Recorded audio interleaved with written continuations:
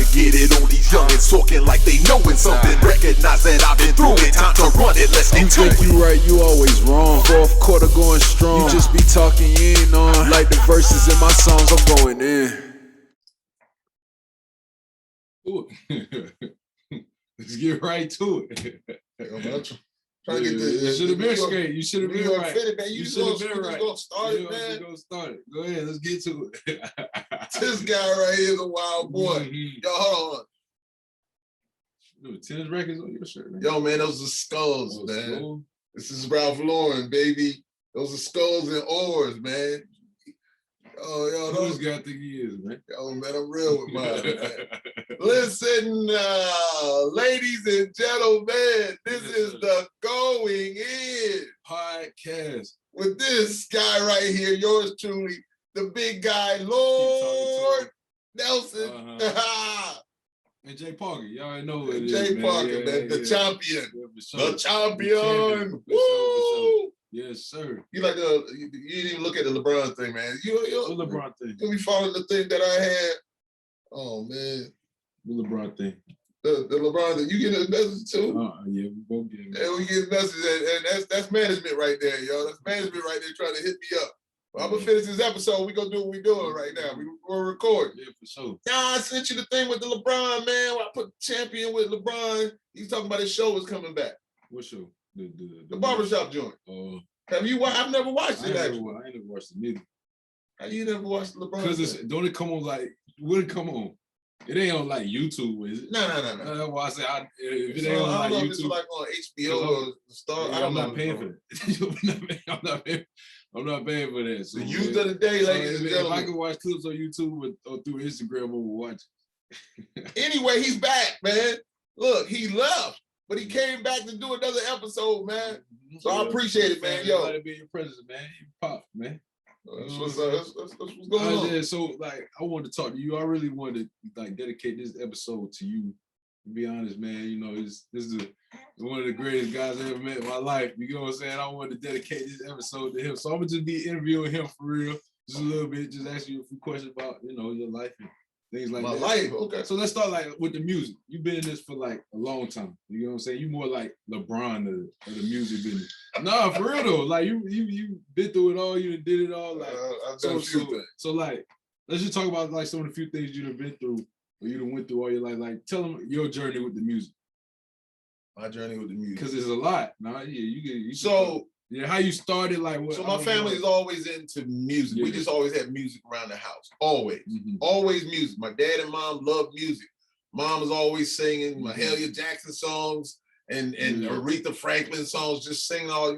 Mom's had a nice voice. She used to sing all the time.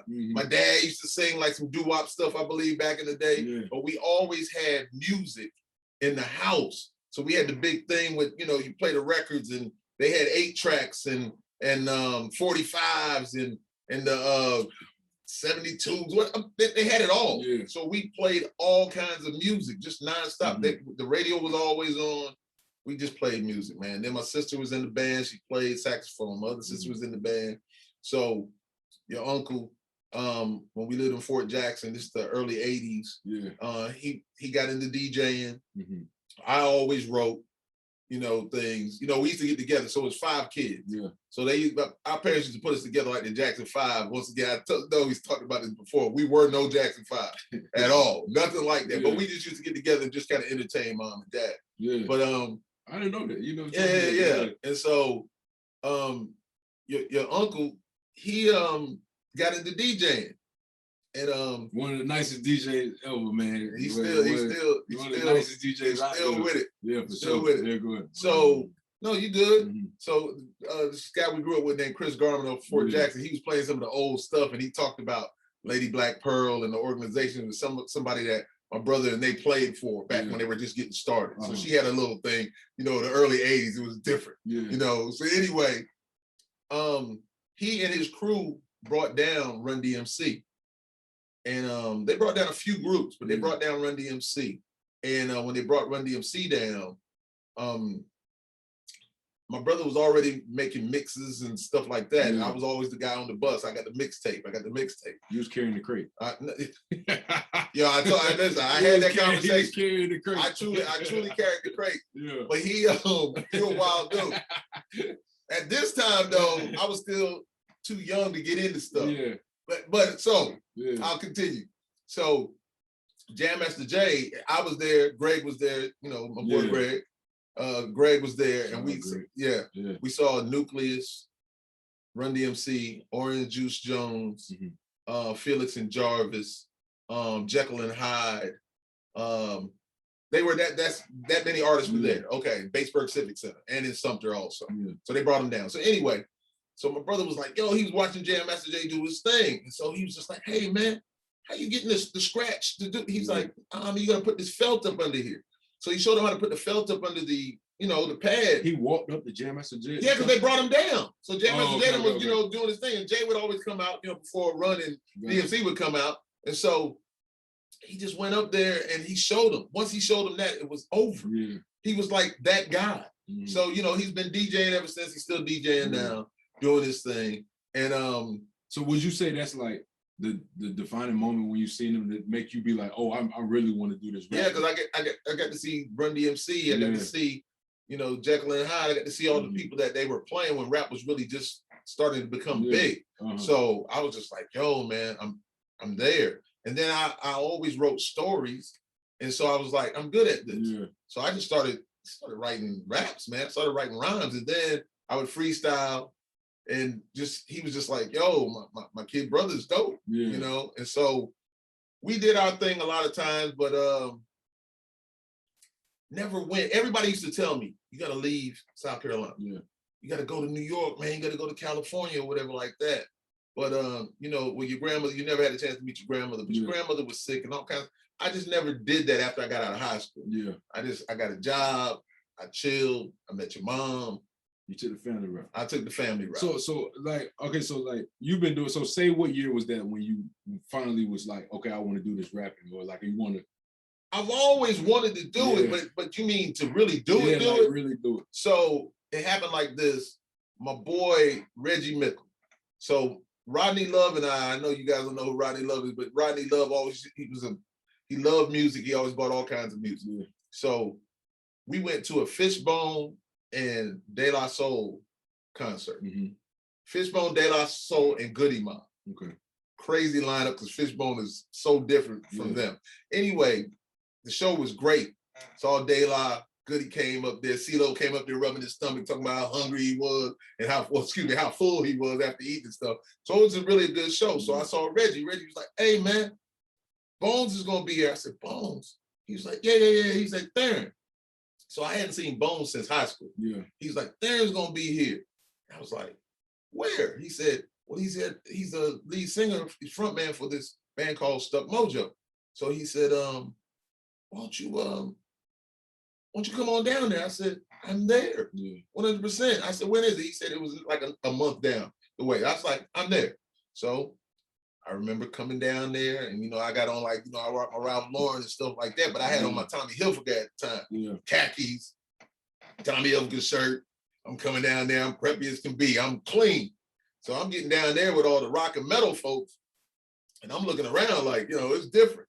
They got on Dickies and work, you know, it was just different, just some jeans stuff, it was just different. Yeah. So as I walk down, Bones sees me and he says, Lord!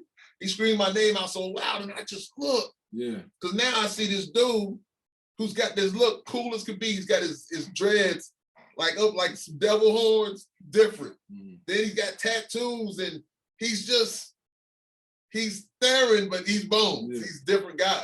So I'm just like, yo, so we hugging out. Yeah. I was just like, man, what's the deal? He's just like, man, what are you doing? What have you been doing? I was like, yo, I'm just chilling, got a family and all those kind of things like that. Yeah. And he was like, I thought you would have been a comedian or something like that. I was like, nah, man, I'm just chilling. You know, I clowned a lot in school. Yeah. Anyway, so he was like, yo, man, come on in. No, don't worry about it. I got you. Come on in. So, but let me say this, before we went in, where I knew it was like something special, he was like, there was this kid, there was this dude and his younger brother that came up to him. Yeah. And the dude told the little kid, the younger kid, he's like, tell him what you want to say to him. He was like, Bones, you're like a god. Yeah. And I was just like, what the is going on? I was like, holy catastrophe. So now my mind is totally like, okay, this is something else. Yeah. All right. So we went inside. Well, okay, so I like that's you kind of like skip Did over. I skip? Like I wanted you to talk about like from the time you went to that first concert to you writing, you get what I'm saying? Like you know I'm long-winded. Yeah, you jumped all the way to the no, end. I didn't jump to the end. So like I haven't even got to it yet. I'm talking about okay, so what age did you go see that first concert? Oh, what age did I see? 12, 13. Okay, and so you seen that and you liked it. Oh, I loved it. Okay, so from 13, let's say to 22, you was doing so what? You talking about let's writing? Let's just talk writing. about Okay, the so journey. my brother and I. Okay, Yeah, I got you. yeah. So my brother and I started doing stuff together. Yeah. So after I got out of high school, I did skip some things. You jumped over. I'm sorry, dog. I went straight to that. I'm talking more about stuff. Now, I'm old now, man. Ladies and gentlemen, I want people to know his journey because this man's been doing music. No, I forgot.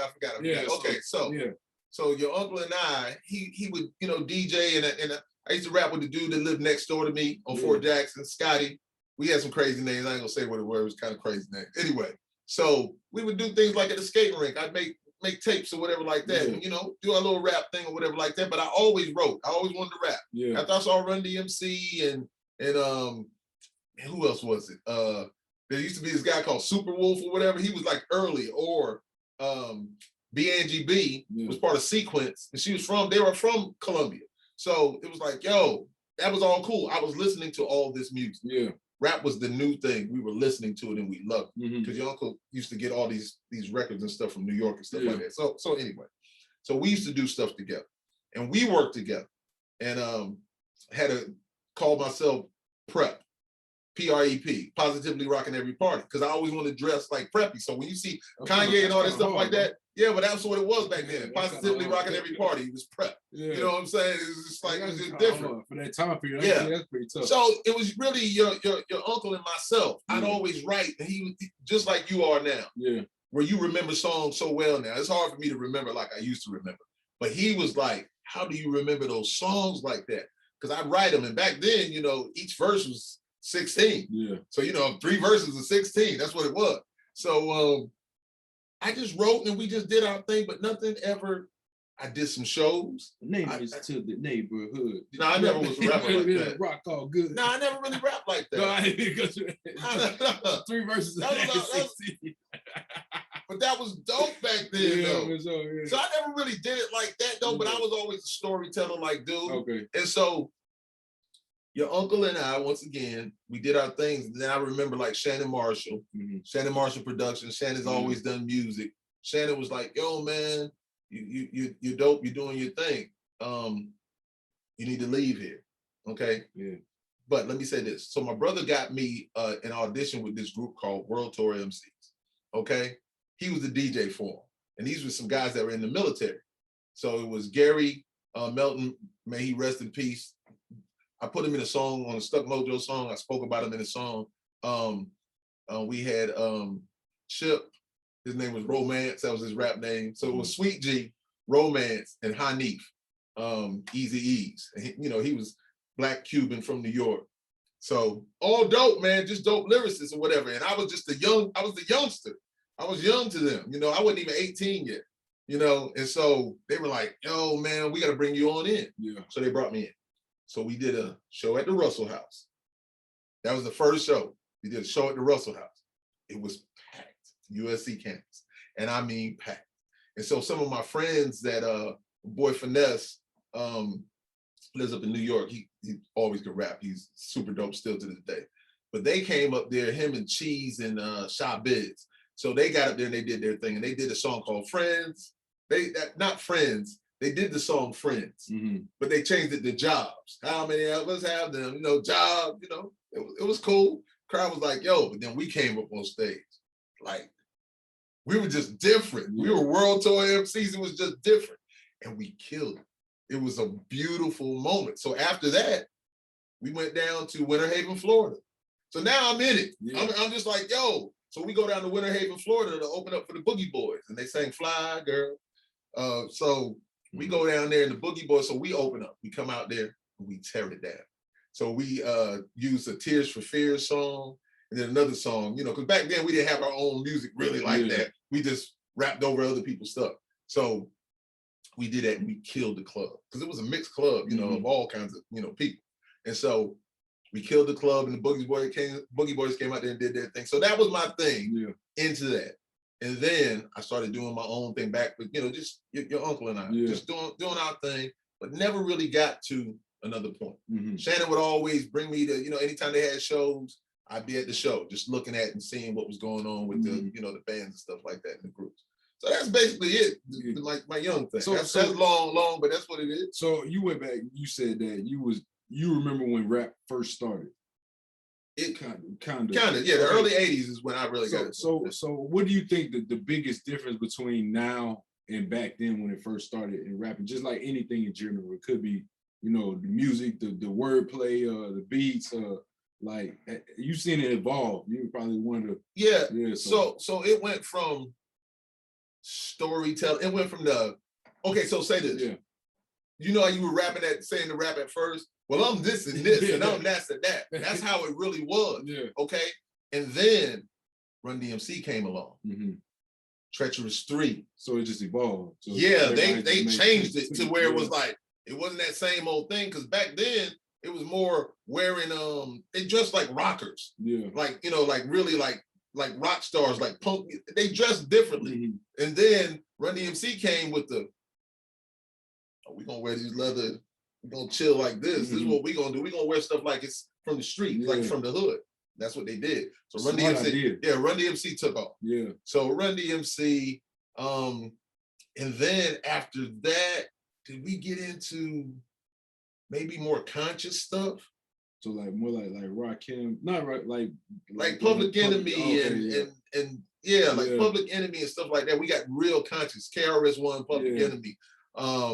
You know, some cats out on the West Coast also. So what years was that? Like KRS-One. So like when did like NWA and stuff come? With that, I know that was like toward after like 86, 7, 8, 9, like that. Is when you first started hearing them. If I'm not mistaken. And then the 90s came, and I mean MC Hammer came out, and it was a whole listen, so many West Coast people, so many. I don't know, man. Ice-T. I just, you know, I'm East Coast, so I listen to everything though. You know, I can't front like I didn't listen to West Coast stuff. And then there was a time when the South had booty music. So it was all booty music, and it was like, but it was dope. Like Luke came out.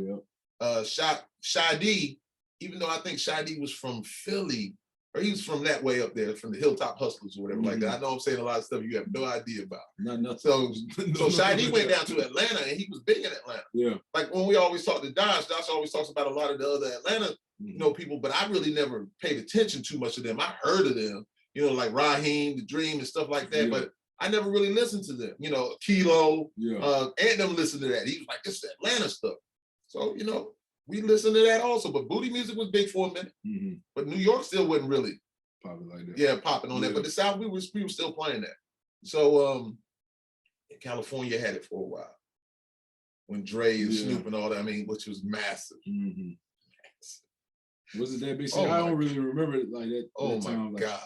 So you know your Tupacs, and y'all were super young. So I don't really. So your older sister and I, now we used to ride and listen to Chubb Rock and listen to Keith Sweat and all that other stuff. Man, I play everything, man. You know, I play. You know, I played everything.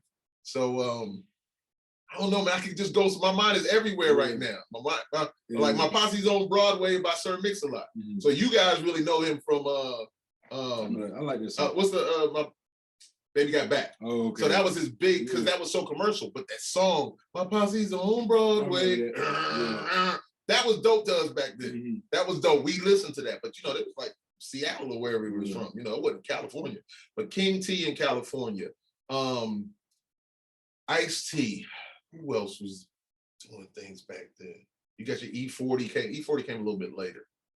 Too Short, I wasn't even really big into Too Short then, but Too Short was like the filthiest individual ever. I was so East Coast. Yeah. I really didn't get into Too Short like that, even though most of my friends were into Too Short like that. But I was a lyricist. Yeah. I wrote, so I was just like, he's talking just the most basic stuff. But Too Short got way better. There's so many songs by Too Short that I love. Yeah. So he had different, Too Short is older than me, so he had different careers within rap, different eras that he did. Yeah. And of course, he lasted because Too Short is dope. He's dope too. I can't front him. Yeah. But there was Drew Down, the Loonies, who sang I Got 5 on it, MC8. Yeah. All these people, man, that's West Coast. West Coast had it for a more. I'm sorry. Well, so like I know you talk about all those hip hop artists. I know that you always put me on every kind of music. Mm-hmm. You know what I'm saying? Growing up, he had me listen to everything. It wasn't nothing that that we didn't listen to. That's right. So like, and you've been in rap groups, you've been in rap rock groups like you are now. Do you think like growing up, listening to all those different music genres help you adapt to being in those different groups? Yeah, like, it wasn't hard for me. Yeah. I'm not a person who, of course, people are different colors, people of different religions and cultures and all those things like that. But I grew up around all of it. Yeah. Being a military kid. So that really enabled me to just slide into stuff easily. I always feel like I can get in any situation with anybody and have conversation with everybody. I'm not worried about, oh man, I can't talk to this person. Sometimes like I like to talk, but I also like to listen. Certain times you just watch and you listen and you pay attention and you can catch more things than you would ever think that you would. So that helped me. So like hearing those help you write to those different beats? Write everything. Were you always writing to those different beats? I can write to anything. So if I hear something cool to me, I'm just gonna write to it. I've written so many songs before I had somebody making beats for me. I'd always write to music that was already out and hot. I just write to it. I used to sit up there at work and just write all night long. So I worked 12-hour shifts. Yeah. So I would sit there and when we had slow time and I'd write 4, 5, 6 songs a night, just writing because just listening to music. Yeah. And I come up in there and I'd blast that music as loud. It would drive obnoxiously. It was, I could think one guy, Bill was like, "Oh, turn it down! I can't hear myself think." And I just like, it was all tape decks and stuff like that. I just looked over there at him like, I love music, man. It was a menace, man. It wasn't a menace, man. I just love music, but hanging out with. So now I'm out of high school. Yeah. Got my own apartment now. I got roommates Richard and Wayne and hanging out with Gerald and Greg. Well, Greg had left and stuff like that. But we were close, man. And we're still close to this day. So we just hung out and Richard would always have the new music. But I always would take everybody, we go sneak in the club on Fort Jackson, the NCO club, because your uncle was playing there. Yeah. So I was always going there. We going in there to have fun. But around that time I met your mom though. So, I met your mom super early. Right after high school. So we've been together, man. So I didn't really get out there and party that much, but I always was writing. I always had that love for writing and wanting to be that artist. So I always stayed with the music and listened to the music all the time. So what do you think was the hardest thing that you had to face in doing this music? I know you love it, so it probably ain't nothing been hard, but like trying to get on or like those type things, because I know it's a grind, man. It's just trying to do the music. Trying to get on and having people tell me, you need to leave South Carolina. You need to. How big you think that is for artists nowadays to leave out their city or leave out from where they're from? The internet has changed stuff so much. It's still, you got to catch a buzz with something. Yeah. You got to catch a buzz. The public's got to feel you. And now if the public feels you and you've done something on the internet, then the labels will come get you, But see, that's wild to me because I feel like nowadays they don't value the people who are lyricists or like who actually make good music. They just want something that's real catchy and gimmicky. They do, but it's about making money. Yeah. Record label is a business, is about making money. But let me say this though, and this is real deal. So it's not like people, I think like your Kevin Lyles and and you people like that with 300 Entertainment, there's still people out there that like lyrics because that's where they came from, but they understand it's still a business. Yeah. You know, what they got, what's my man Gunna, Pushing P, yeah. hot right now. But your Kendrick Lamar's, your J. Cole's, Yeah. they're still lyrical. And there's still a lot of lyrical dudes. They say there's a lot of lyrical dudes everywhere. Yeah. They just don't play them. There's lyrical dudes in Atlanta, lyrical dudes in Miami, lyrical dudes in Cali, Texas, Chicago. But they should be the ones that's pushed to the front. No, this fly by night. No, but this is what happened. We used to like we like to party, yeah, and have a good time. But when we party, the music we listened to still had a message. Yeah, it still had a message. Now it's like, it's just different. It's just like what I always ask you. I was like, you guys don't dance anymore? Y'all don't want it? You was like, we go to the club and we sit down, and I'm like, man, what else we do? I took him in the club one time. We want to talk about it. No, when you doing the show? Yeah, we was doing the show. No, let's talk about it.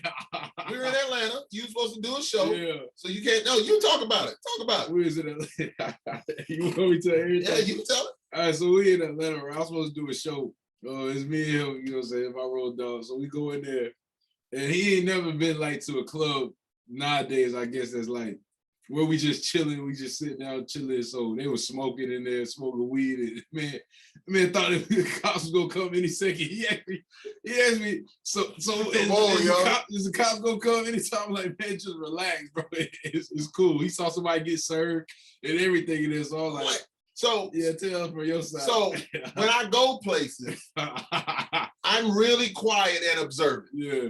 I'm watching everything. And I know I'm watching everything. So I'm just looking around like, yo, man, when you supposed to perform, what's the deal? And they were like, hold on. What was the guy you were opening for? I forgot. Something red. Was it red? Something red. Shorty Red? I don't know. I forgot. Yeah. So he was popping at the time. So we go in there, we sitting on chairs and everything. I'm just looking around. They got girls in there dancing. I was just like, this is terrible. But once again, I know how it goes down about doing shows. I've done it before. So I'm just looking around and I'm like, man, what's going on, man? And you were like, yo, yeah, relax, bro. Man, I'm like, yo, I'm gonna tell you, man. Hold on, I'm not going to jail, man. I'm not going to jail for no ignorance, man. Because look, I'm sorry. I'm not sorry. The real talk. I don't smoke. I don't drink. I don't judge you on whatever you do. Yeah. But don't put me in a situation to where, you know what I'm saying? Nah. Man was nervous, man. I wasn't nervous. No, I wasn't nervous. I'm telling you, I'm always observant.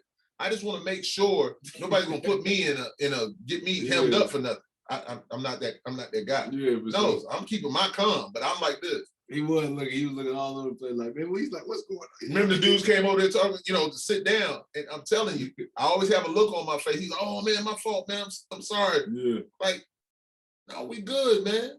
But I'm watching you guys, man, because you guys are sketchy than a mug. I don't know what's going on anyway.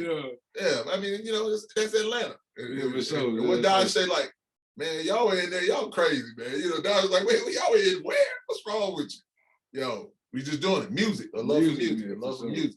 So you think it's good for people to get outside their city to see something like that or see something different in order to understand what it takes kind of like to make it? I would say you really got to know what the you got to know what your region is. Yeah. What kind of music you're really doing. And once again, the internet has changed a lot of that stuff. Yeah. You get on the net and and you catch a buzz on IG or wherever else. It's what you think about Kanye doing that 2 million on his own platform? Trying to change the game. Yeah. Do you think let me ask you, where do you think it's heading? Where do you think the music industry is headed now? Always know that the record labels will always find a way to get that money. Oh, always. They're always getting that money. Don't think that they're not getting money. The record labels are always getting money. Mm-hmm. As my boy Keith said, they fired all the people at the record labels. So, when you're going to go do things, so there's studios or people who are doing their own A&R type, everybody wants to get paid. Yeah. The record label used to handle all of that. And then they break you off. You know what I'm saying? they rob and steal or whatever, but it's part of that though. They're giving you a service. They're a bank. Yeah. You know, you got to pay them back. So of course, there's a lot of things that aren't good. It's according to what kind of deal you sign. But anyway, everybody is just taxing the nothing out of you now, man. You can't do nothing without somebody trying to give it. Exactly. Because they have. That's how they're making a living now. So back to the thing. We were with I was with World Tour MCs. I'm everywhere, ladies and gentlemen. Because I didn't really have no questions for. I just wanted to just like vibe with them and that's what would come to my mind. So it was more like freestyle. So, okay, so there's a young lady named Monica Payne, and I'm going to big up Monica, even though Monica's doing her thing. She don't. Anyway, Monica's was in a group called The Girls, and so it was Monica. Don't hurt yourself, bro. I just know the name, man. Monica, Tara, and Clarence. It's all right, man. It's all right. Anyway, yeah. So I remember we went and we did a show, and they opened up for us when we was World Tour MC. Yeah. Listen, the World Tour MC thing was cool, man. And let me tell you what happened. Another thing, where people get big-headed before you even acquire anything or get anything. So my brother hooked us up with this DJ that was big here. And he was like, yo, we want you guys to do a show and we want you guys to do a number of shows. So what are y'all gonna charge us? So guys all got together. Once again, I'm the young one, you know, I'm fresh out of high school. And they were like, oh man, we want $5,000 a show. It was like 86. Man, that man looked at us like, man, he couldn't kick us up out of his apartment fast enough. He was like, y'all think y'all stars or something? We were good, most definitely. He's like, get out. He's like, y'all got to go. Now, and then we kind of broke up and stuff. It's crazy, just bickering about stupid stuff. I didn't have any time for that. I was good at what I was doing. I knew I was good. So, I'm everywhere. Of course, you know, with Sid and Wilson, yeah. I did that thing with First Platoon. First Platoon, okay. You know, we did our thing, and then, you know, with Sid and Will, they weren't seeing eye to eye. Sid, I will say, my boy Cedric Jackson, one of the best MCs ever in life. Yeah, for sure. You know, when people say top 5 MCs or whatever like that, I put him in my top 5. Yeah. And you might not know who he is, but he's one of the best lyricists of all time. For sure. And I'll say that without no fear. And that means with Jay-Z, with Biggie, Rakim. I always say he's better than Rakim because he raps like Rakim. He loved Rakim. So Rakim's one of the greats, of course. You know what I'm saying? Tupac, of course. But I put him right there.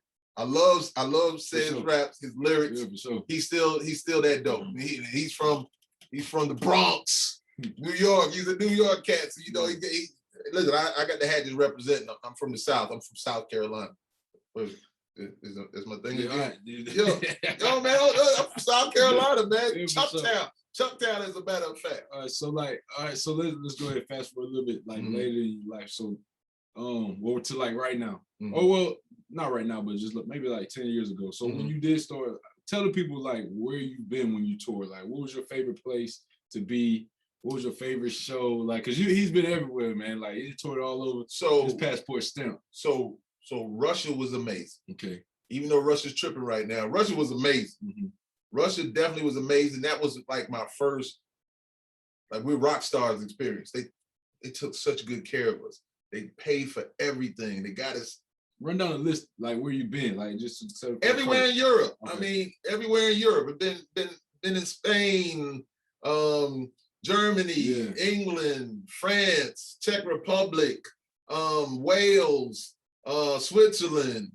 I mean, all over Europe. We just traveled. We got on that tour bus and we just rolled. And when I was with Stuck Mojo, in which Bones used to be the lead singer. Then Bones brought me in. Rich said, "Hey, this dude is dope." They brought me in. I was with him for 2 studio albums. All love. It's all beautiful. But we traveled. My Russia was amazing. Not Austria. Austria was a great show. Oh my goodness, I cannot believe I'm missing this. I got Hungary. So we did some shows in Hungary. You ate? So we did some shows in the country of Hungary, Budapest. Yeah. And so once again, it's Buddha and Pest. It's 2 different sides, but they just say Budapest. Oh, is it 2? Yeah, I don't know that. I'm trying to bring it to you and stuff like that. So we had a great time. The The first show, we've been there 3 times. The first show we did a show on a boat on the river. And it was so amazing. It was sold out. Yeah. It was crazy. That was the first time that I felt like people were like, Lord, Lord. I mean, they were there. Yeah. It was crazy. And then the next show we did there, packed again. Not at the same boat, it was at another venue. Packed out, great. My time with Stuck Mojo was unbelievable. I wouldn't trade it for the world. It introduced me to all of you who see this, that I've seen overseas and here in the States. Thank you. Thanks to Stuck Mojo and to every member, past and present. And we did an Ear Mit Speck Festival. It's called Bacon and Eggs Festival in Germany. We Good Charlotte. I've told this story before.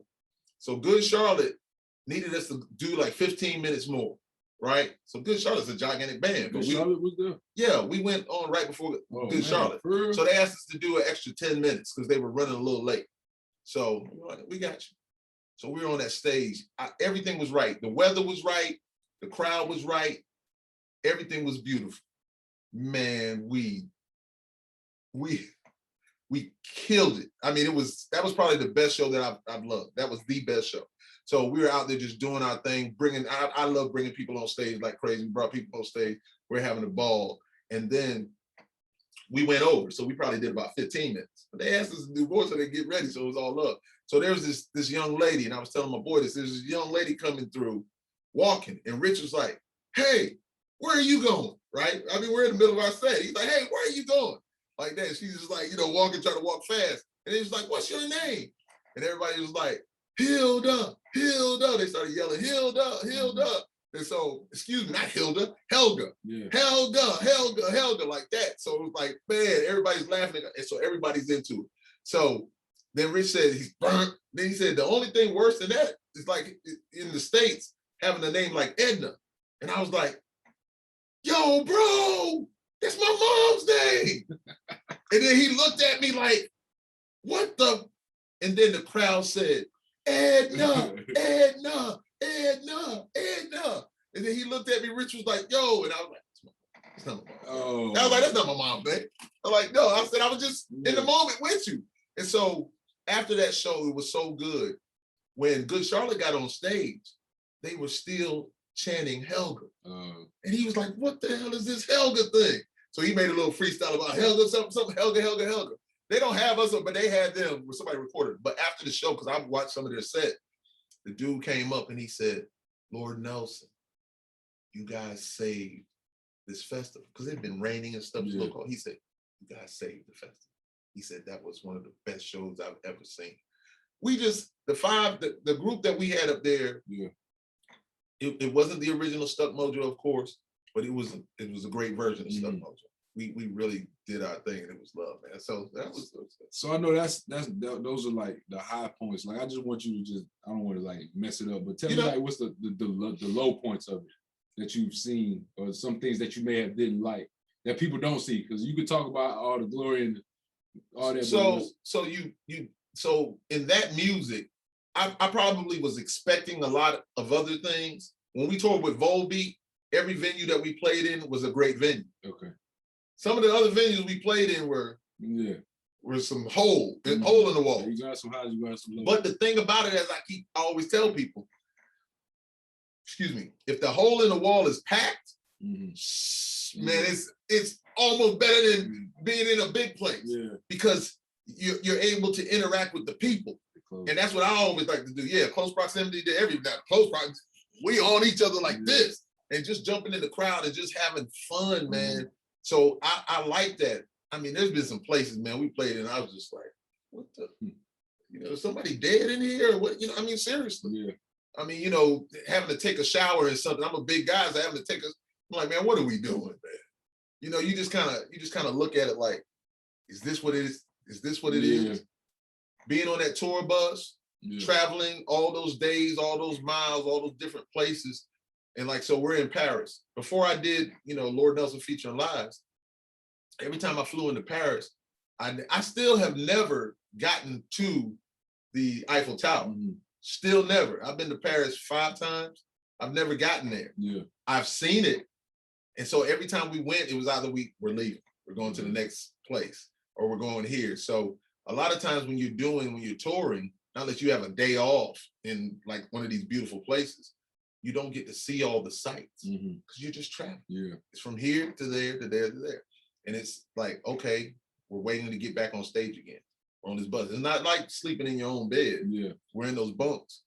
I could say a story about Chris Jericho, which is funny to me. First time I met Chris. Tell them who Chris Jericho is. Chris Jericho, the wrestler, Y2J, you know, superstar. Chris is a superstar still to this day. Of course, he's the lead singer of Fozzy. So I get to Paris. They fly me to Paris because Stuck Mojo, the guys in Fozzy also played in Stuck Mojo. So same band, Rich Ward, Frank Fonseray, Sean Delson. Mike wasn't with us anymore. Now that was LSU. So that's where we were. So we're about to do a tour after the Fozzy tour. So here it is. I fly into Paris. So they come and get me. Toad, may he rest in peace. Toad comes and picks me up. And he's like, yeah, Lord, you know, everybody's on the bus sleeping because it was early. So I go to get in my bunk. I was like, which was my bunk? He's like, right here. So I go to hop in my bunk. So once again, I'm a big guy. It break. Huh? It break. Stupid right here, man. I don't know why you trying to play me, yo. It broke. It didn't break. So,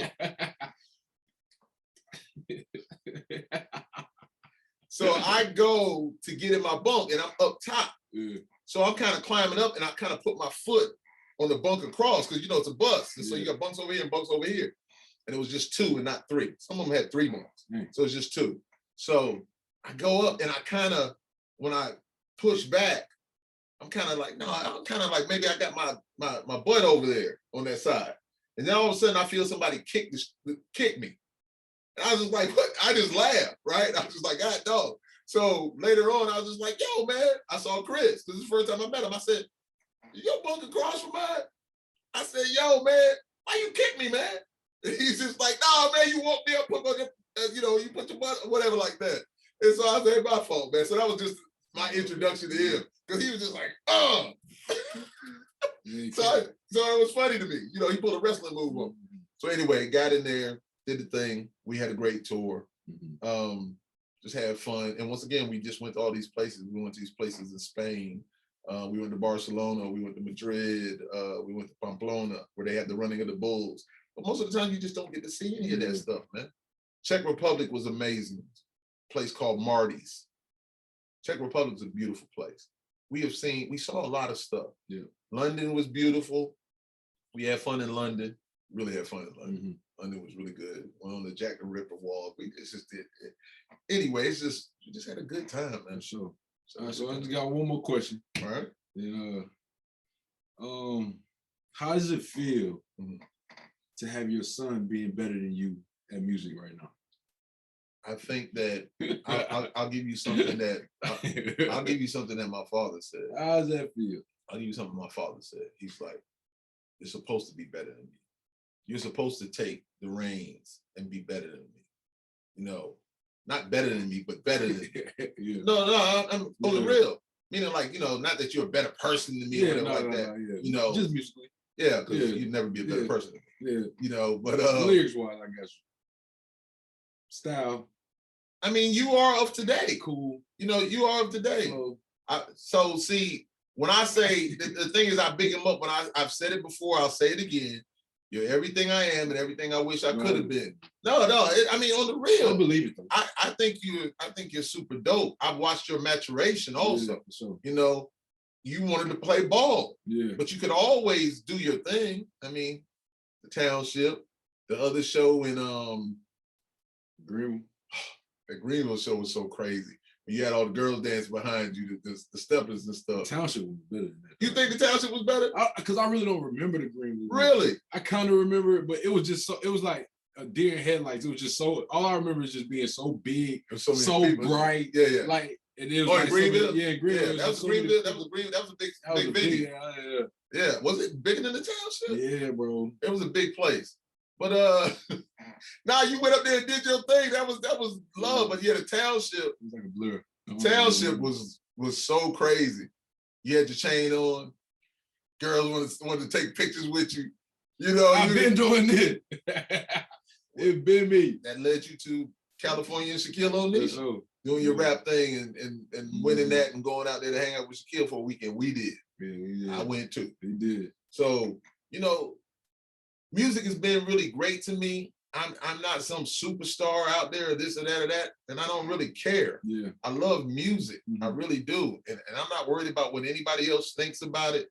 I continue to write. I'm working on a new project now with, you know, Plastic Catastrophe, Lord knows. Yeah, I was gonna say that's how we're going. Tell them about what you got going on. That's So working on a new album. Yeah. So I did an album after I left Stuck Mojo. I did an album, Lord Nelson featuring Lives. Yeah. My Struggle Between Heaven and Hell, which is amazing. It's an amazing album. Then after that, that was Sebastian wanted to do a concept album, so we did the Back on the Road. Then we did a single also. And then after that, I got with No Power, No Crown, and we did an album, The Wake Up Call, which is amazing. I know most of y'all haven't heard it, but it's amazing.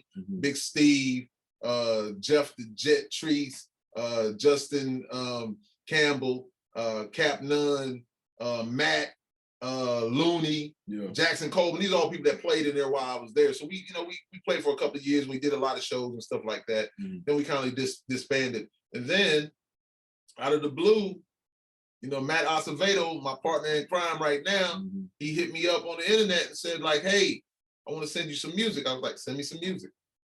He sent me a song, which was Action. I wrote to it. I was like, it's on. And we've been doing ever since. And so now, what you got popping going on now? Now we're working on the new project, and then I've got my management, my new management working with me now. So we're looking at doing some things, man. We got some great songs on this project. We're getting certain individuals of a bigger nature on it also with us. And we're just doing work, man. And so just prepared for it, man. It's gonna be real good. One more, because what advice would you give somebody that's been in it or trying to do it? If you love it, continue to do what you do. Nobody's going to give you anything, ladies and gentlemen. No one's going to give you anything. Don't think it's going to be easy. Don't think that you're just going to make some songs and just throw them up and it's going to be big, huge. That's not how it works. They won't even allow that to happen like that. It would be that's 1 in a billion maybe that's going to happen. You know, I'm not saying it couldn't happen. It's like winning the lottery. Somebody's going to win. But most of the times it's not you. You know what I'm saying? But I'm not saying you can't win. You got to work hard. You got to continue. And a lot of people, youngsters, I'm going to say to the young people, the reason why a lot of times they don't mess with older people, because older people are already more knowledgeable what's going on. But now all of you can be knowledgeable also. I'm still learning stuff. There's a lot to learn in this music business. There's a whole lot to learn, but know the business of it. You got to know the business of it. But they don't mess with older cats because we know more about what's going on. We're not trying to get, you know, but young people, man, sometimes you got to do what you got to do to get there. For sure. You got to do what you got to do to get there. You know, if you're just somebody off the block and then you just think you're supposed to make millions of dollars, it doesn't work like that. They are taking a gamble on you, honestly, when they put money behind you. That's why they don't do it as much anymore. They want to see if you're going to blow up first. If you blow up, then they come in and put the bank behind you. Because if you got 1 million followers, they can get you 10 million. Exactly. You know, but they're going to want their cut. Definitely going to want their money back. You got to go in there with that Master P and Baby, you know, Cash Money and No Limit Soldier mindset and Jay-Z and all those guys, man. They learned what was going on and then they made it better for themselves. So just keep working hard, yo. I'm still working hard. I still love it. You know, we do our podcasts and stuff like that. I just love the music. Exactly. I love the music, man. I'm not trying to be Joe Superstar. I mean, you know, having $1 billion is cool. I mean, what I'm about $15,000 for making $1 billion. Well, but now I like to stay humble, man. No, you know, it's not all about money to me. I love to have it all too. You know, I can't front. I love to have it all too. So, but it's just real. But I'm good in my skin. I know who I am, and nobody's gonna change that. I'm good with me. All right. Perfect. Well, I just wanted to dedicate this episode to him, man. This man been the most inspirational, motivational person for me my whole life. And you know, you don't get the, you know, your flowers sometimes. So it's all man, I just wanted to show you just one episode that, man, I love doing this with you. And I appreciate you had it. a long grind. That's great. I wasn't expecting this, but it's all up. Well, I know. So that's why I said it's gonna be good, because you can just free flow and you ain't and ladies and gentlemen, forgive me for rambling. There's so much stuff I missed out on that, you know, I really did dig into that first Platoon stuff and all that, man. You know, that's gonna be on this VH1 special. Listen, We're gonna be on this Netflix I definitely special. got a great book to write. In fact, my first tour with Stuck Mojo, I got a book already. I put all that stuff together. I wrote down in the journal every single day of that tour. It's gonna happen. And that was over a month. And back to shows, back to back to back to back to back to back to back to back to back to back to back. It's gonna happen. And it was amazing. Yeah, I got a book to write. It's gonna happen. To all the people around the world, thank you for your support. Much love.